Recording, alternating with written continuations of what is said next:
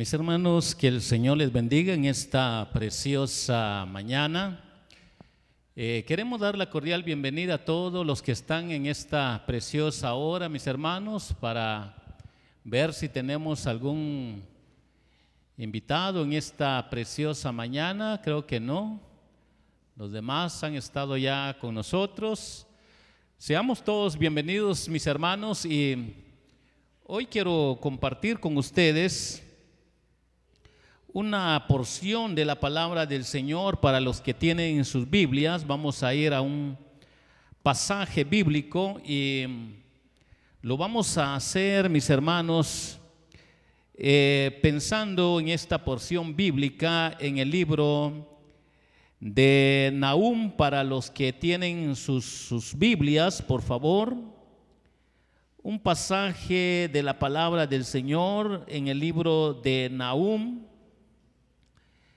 Vamos a leer algunos versículos para comprender un poco de la palabra del Señor. Nahum capítulo 1.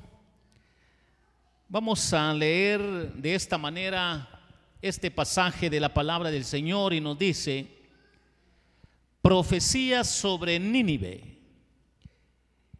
Libro de la visión de Nahum de Elcos. Jehová es Dios celoso y vengador. Jehová es vengador y lleno de indignación. Se venga de sus adversarios y guarda enojo para sus enemigos. Jehová es tardo para la ira y grande en poder, y no tendrá por inocente al culpable. Jehová marcha en la tempestad y el torbellino, y las nubes son el polvo de sus pies. Él amenaza al mar y lo hace secar, y agosta todos los ríos. Basán fue destruido, y el Carmelo y la flor del Líbano fue destruida. Los montes tiemblan delante de él, y los collados se derriten. La tierra se conmueve a su presencia, y el mundo y todos los que en él habitan. ¿Quién permanecerá delante de su ira? ¿Y quién quedará en pie en el ardor de su enojo? Su ira se derrama como fuego, y por él se hienden las peñas. Jehová es bueno, fortaleza en el día de la angustia, y conoce a los que en él confían. Mas con inundación impetuosa consumirá a sus adversarios, y tinieblas perseguirán a sus enemigos. ¿Qué pensáis contra Jehová? Él hará consumación. No tomará venganza 2 veces de sus enemigos. Aunque sean como espinos entretejidos y estén empapados en su embriaguez, serán consumidos como hojarasca completamente seca. De ti salió el que imaginó mal contra Jehová, un consejero perverso. Así ha dicho Jehová: aunque reposo tengan y sean tantos, aún así serán talados y él pasará. Bastante te he afligido, no te afligiré ya más, porque ahora quebraré su yugo de sobre ti y romperé tus coyundas. Mas acerca de ti mandará Jehová, que no quede ni memoria de tu nombre. De la casa de tu Dios destruiré escultura y estatua de fundición. Ahí pondré tu sepulcro, porque fuiste vil. He aquí, sobre los montes los pies del que trae buenas nuevas, del que anuncia la paz. Celebra, oh Judá, tus fiestas, cumple tus votos, porque nunca más volverá a pasar por ti el malvado. pereció del todo. Hermanos, esta porción de la palabra del Señor nos ayuda para que comprendamos un poco sobre nuestro tema para esta preciosa mañana. Y nuestro tema, mis hermanos, para esta mañana es sobre la rebelión contra el reino de Dios. Es el tema para esta preciosa mañana. La rebelión contra el reino de Dios. En la historia humana, en la historia de los reinos del mundo, muchas naciones se han levantado unos contra otros y algunos vivieron haciendo alianzas entre ellos en cierto tiempo y tener una paz temporal. Pero lo paradójico es que estos reinos del mundo se unen en rebelión contra el reino de Dios. Esto es lo que hoy nos quiere enseñar un poco la palabra del Señor para comprender sobre nuestro tema, sobre la rebelión contra el reino de Dios. Quiero llevarles a un versículo para poder detectar una primera verdad. Versículo 2, capítulo 1 y 2. Dice de esta manera: Jehová es Dios celoso y vengador. Jehová es vengador y lleno de indignación. Se venga de sus adversarios y guarda enojo para sus enemigos. Hermanos, si nos detenemos para escudriñar este versículo de la palabra del Señor, podemos entender que la rebelión contra el reino de Dios es una rebelión de hijos de hombres de fe. Esta es la verdad que hay acá.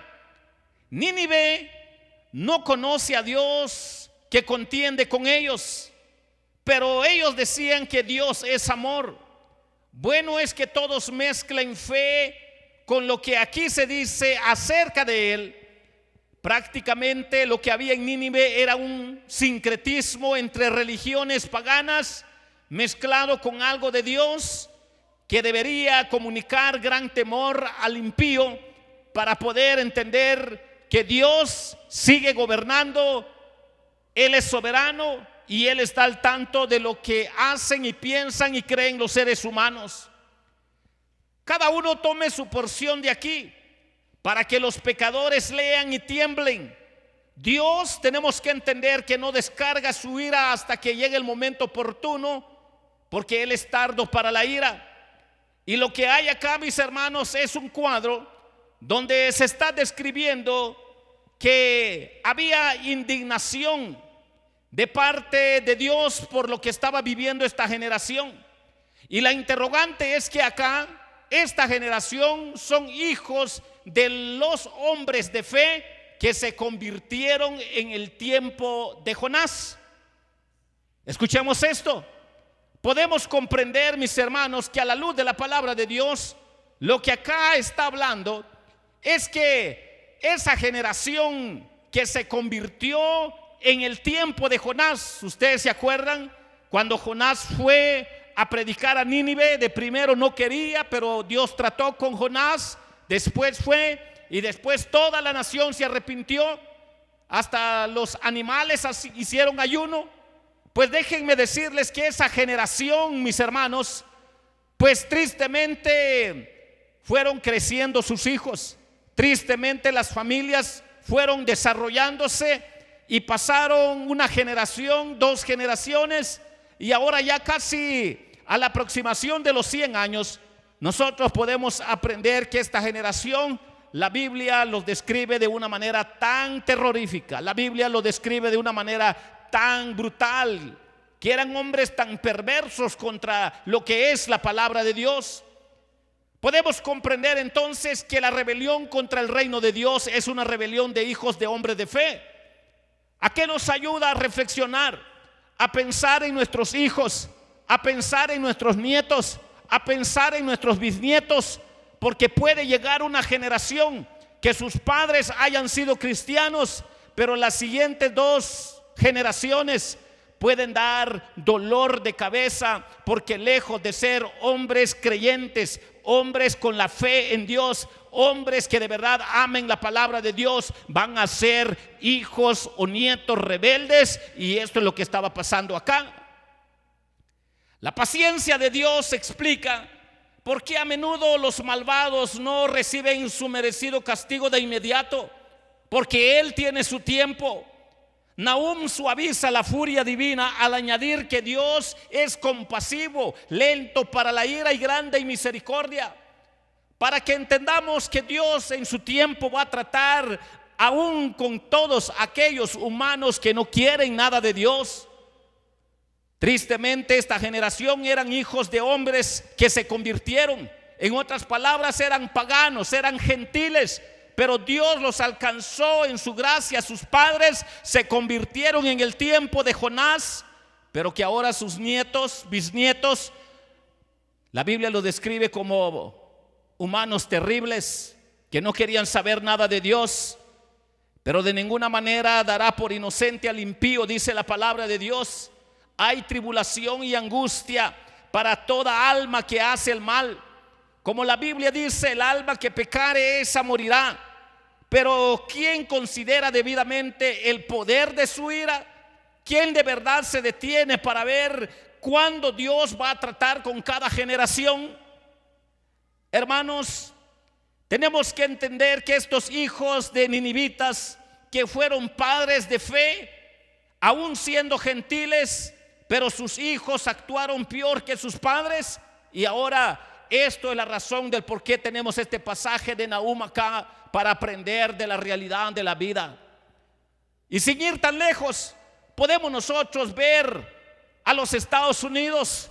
Los padres que llegaron a colonizar allá en los Estados Unidos, por mayoría venían de familias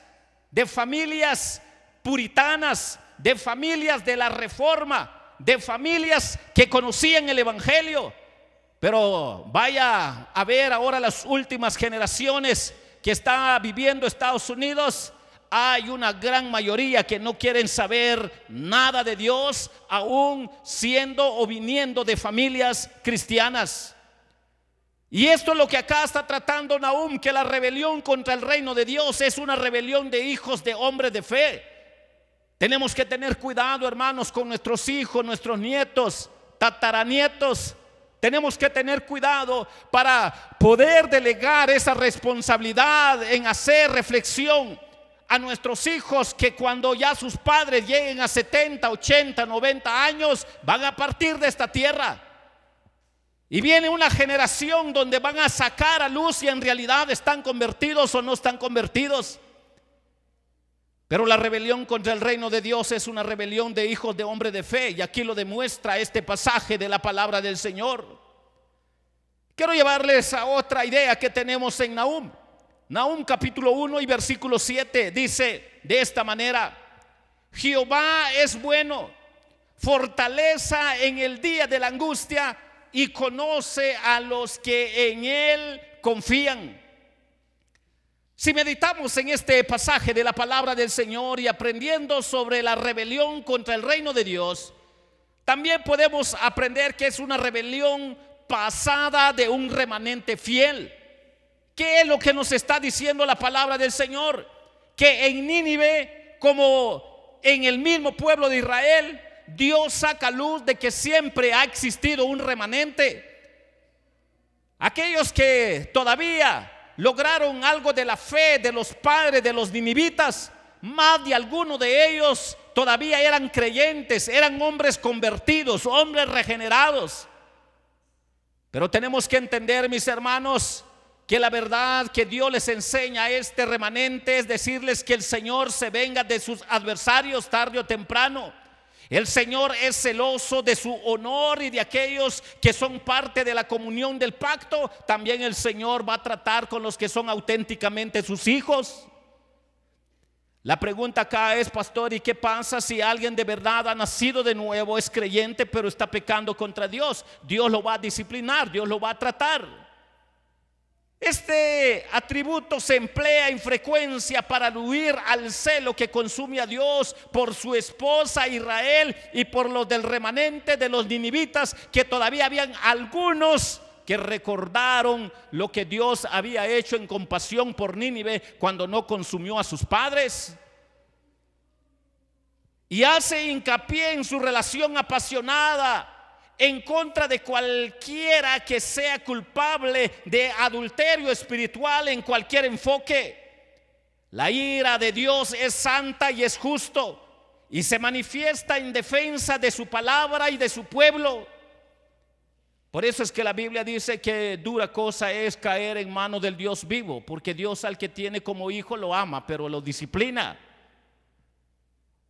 Podemos nosotros recordar que acá más o menos ya habían pasado unos 100 años, unos que otros que eran parte del remanente de Dios, por lo cual este pasaje, por esa razón dice: Jehová es bueno, fortaleza en el día de la angustia, y conoce a los que en él confían.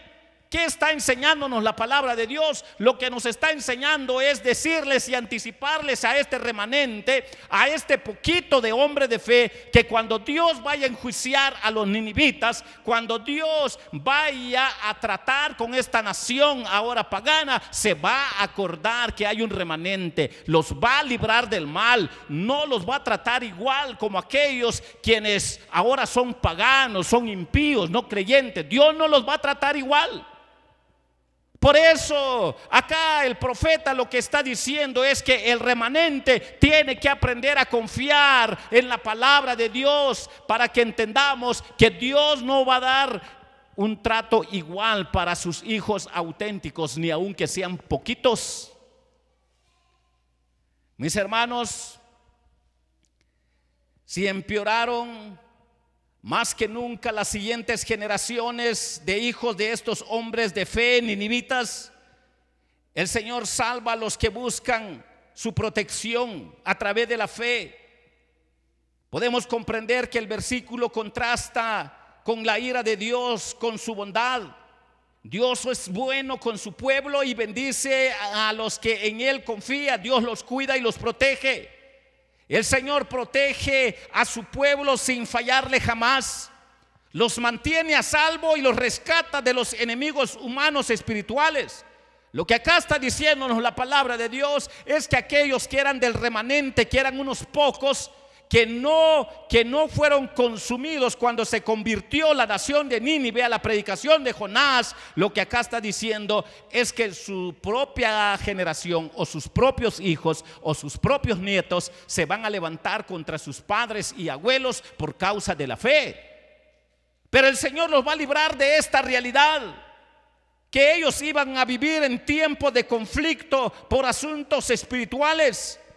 Dios conoce a su pueblo con un conocimiento que surge de su amor entrañable y redunda en acciones de bondad para el cuidado de su propio pueblo.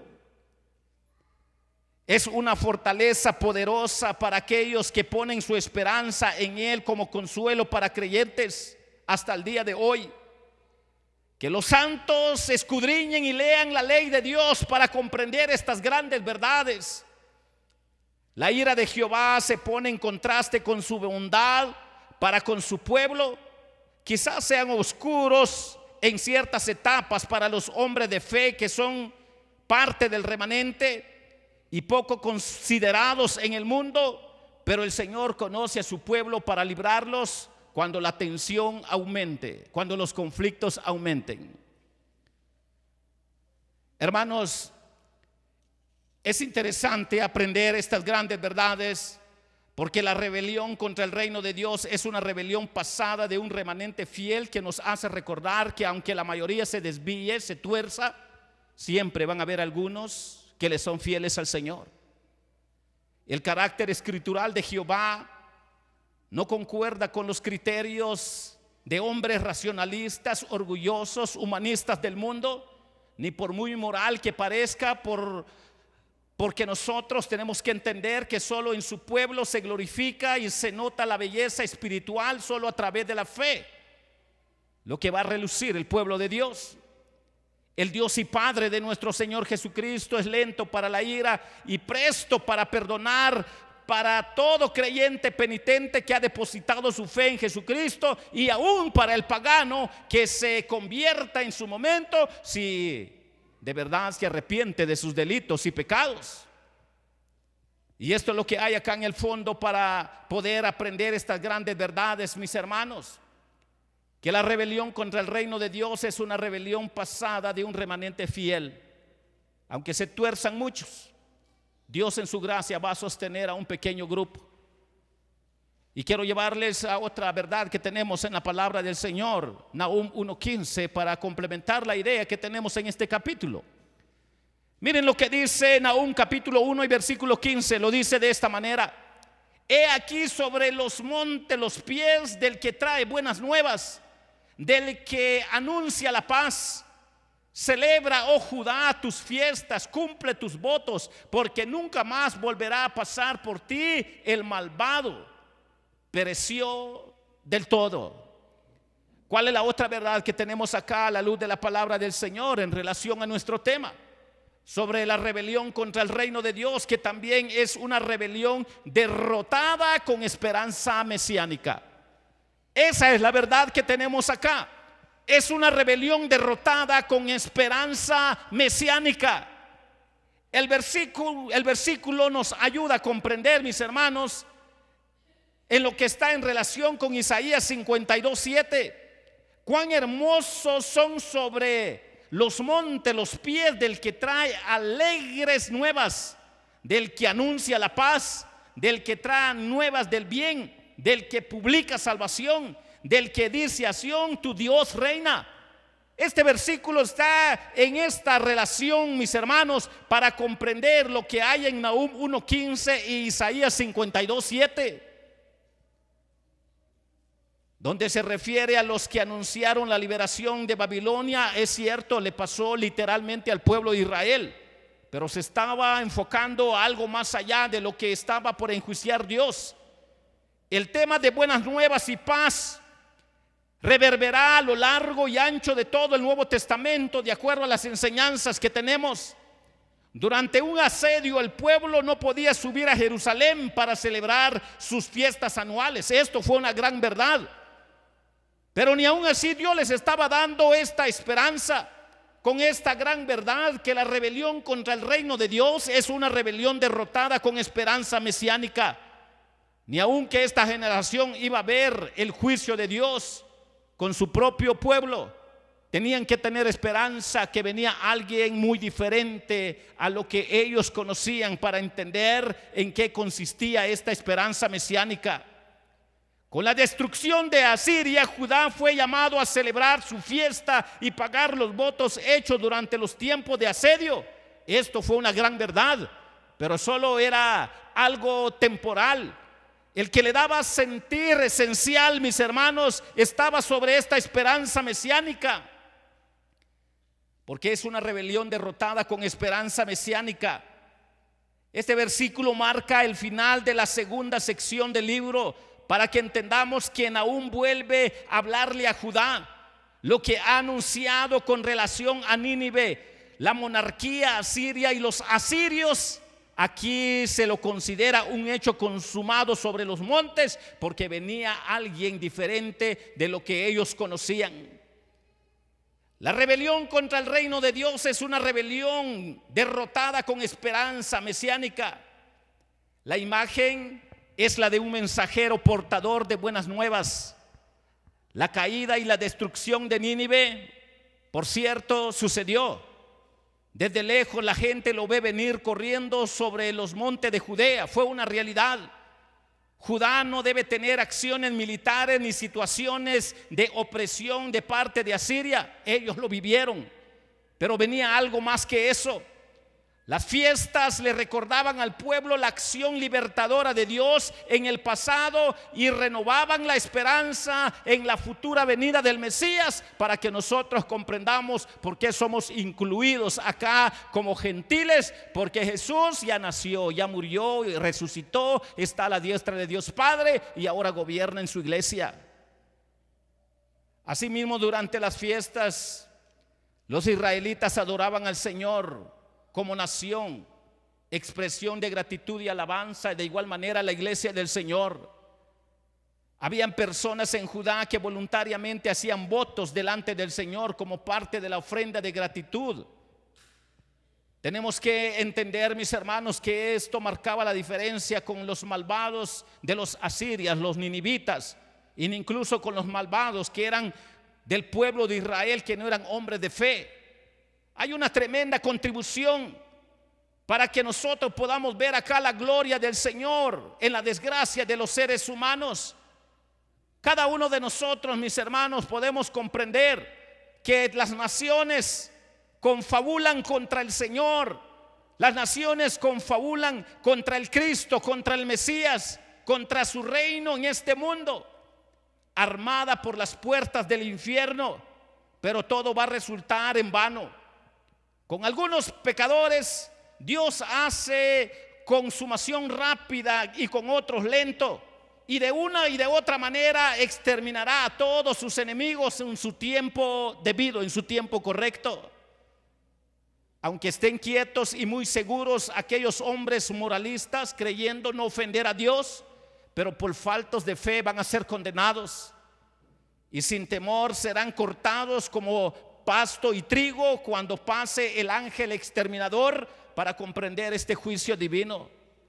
Dios obrará así una gran liberación para su pueblo universal, tanto judíos como gentiles, con esa esperanza mesiánica cuando sea el último juicio. Pero a los que se envilecen por pecados escandalosos, Dios los envilecerá por castigos vergonzosos, porque esto es lo que está anunciando acá el profeta Nahum.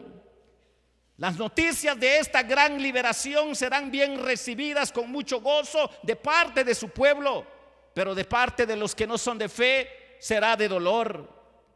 Estas palabras se aplican a la gran redención obrada por nuestro Señor Jesús en término perfecto, el eterno evangelio de nuestro Señor, tal y como está escrito en Romanos 10:15, para entender, mis hermanos. Y Romanos 10:15 lo dice de esta manera, para entender lo que acá está pasando. ¿Y cómo predicarán si no fueren enviados? Como está escrito: cuán hermosos son los pies de los que anuncian la paz, de los que anuncian buenas nuevas. Miren cómo la palabra del Señor ahora se relaciona con el pueblo que se llama iglesia, que tiene la bendición de compartir el bendito evangelio. Mensajeros de la buena nueva son ministros de Cristo, que predican paz por Jesucristo. Cuán bienvenidos son quienes ven su miseria y peligro por el pecado, porque solo les resta rendirse a los pies de Cristo, porque solo Él fue el único digno que se presentó delante de Dios por causa de los pecados de la humanidad. La promesa que hace en el día del mal debe de ser cumplida.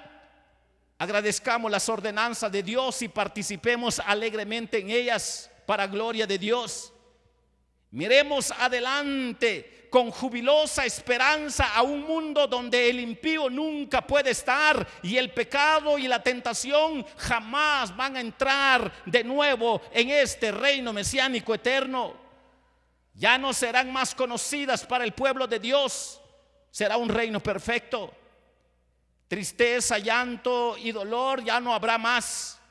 Es la esperanza gloriosa mesiánica eterna por los siglos de los siglos. Amén.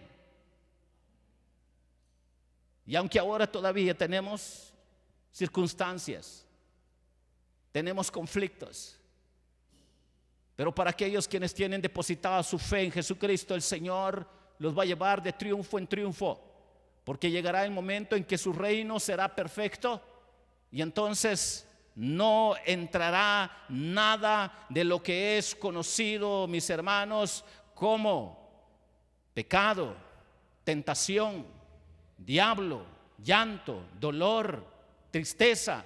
Todo ya no va a entrar en ese reino perfecto cuando se cumpla las promesas de Dios en esa esperanza mesiánica. Y entonces hoy nos ha enseñado la palabra de Dios la rebelión contra el reino de Dios. ¿Qué nos ha enseñado la palabra de Dios? Que es una rebelión de hijos de hombres de fe, recordando que nuestros hijos, nuestros nietos, en la segunda, tercera generación van a sacar a luz si de verdad están convertidos o no. Pero también nos enseña otra verdad, que es una rebelión pasada de un remanente fiel. Ni aun que la mayoría se corrompió y no quiso nada de Dios, habían algunos padres convertidos leales que sí permanecían fiel en el tiempo de Nahum, hombres que vieron la gracia de Dios cuando Jonás les predicó y se convirtieron. Y qué dolor han de haber sentido esos abuelitos que miraban que sus hijos y nietos ya no querían nada de Dios. Pero también es una rebelión derrotada con esperanza mesiánica.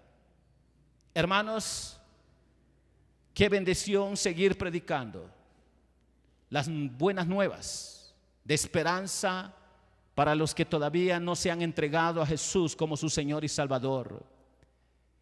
Y quiero en esta preciosa mañana hacer una pequeña invitación. Si la rebelión contra el reino de Dios, si es una rebelión de hijos de hombres de fe, si es una rebelión pasada de un remanente fiel, si es una rebelión derrotada con esperanza mesiánica, todavía ese mensaje de buenas nuevas sigue vigente, todavía está activo, todavía lo anuncia la iglesia. Y en esta preciosa hora yo quisiera hacer una invitación. ¿Hay alguien que siente en su corazón? ¿Hay alguien que pueda hacer una evaluación en su corazón? En realidad, yo no tengo a Jesús como Señor y Salvador en mi corazón, en mi alma, en mi vida. Yo siento que no he sido perdonado. Yo no siento que en realidad he nacido de nuevo. Yo no siento que Él ha perdonado mis pecados. Yo quiero orar por usted. ¿Hay alguien en esta preciosa hora? Yo quiero orar por usted. Acuérdense que hoy es el tiempo, dice la Biblia. Mañana puede ser tarde. Y si es una rebelión derrotada con esperanza mesiánica, recordemos lo que la Biblia dice. Cuán hermosos son los pies de aquellos que anuncian el evangelio de la paz, dicen otras traducciones. ¿Hay alguien? Yo quiero orar por usted. Si no lo hay, inclinen su rostro y vamos a orar. Señor, gracias por tu palabra. Padre, que tu palabra sea nuestra guía, nuestra lámpara. Que tu palabra, Señor, sea quien alumbre nuestra alma para poder reflexionar cómo estamos delante de ti. Si un día ya creímos en ti, confesamos nuestros pecados, Señor, sabemos que hemos nacido de nuevo. Pero si no es la realidad, queremos suplicarte por los que no lo han hecho. Oramos por nuestras familias, por las siguientes generaciones. Oramos por el mundo, Señor, que no quiere oír nada de ti. Padre, que tu iglesia sea la portavoz de seguir anunciando este mensaje de buenas nuevas, el mensaje de la paz, para que hayan más hombres arrepentidos, convertidos y rendidos a tus pies. Gracias por tu palabra. Te agradecemos en el nombre dulce de Cristo Jesús. Amén y amén. Dios les bendiga, hermanos.